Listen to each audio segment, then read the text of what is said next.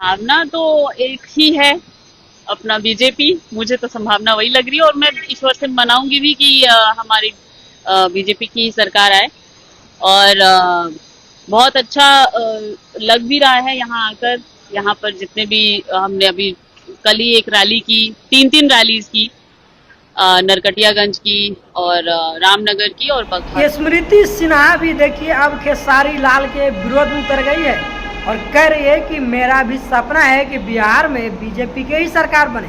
ये वही स्मृति सिन्हा है जिनके बारे में हम बात कर रहे हैं, जो कि खेसारी लाल के सबसे पहला फिल्म साजन चले ससुराल में काम की हुई थी। जिस वक्त खेसारी लाल के साथ काम करने के लिए भोजपुरी की कोई भी हीरोइन रेडी नहीं हो रही थी, उस वक्त स्मृति सिन्हा ने सपोर्ट की हुई थी और खेसारी लाल के दुल्हनिया बन करके उस फिल्म में रोल निभाई थी।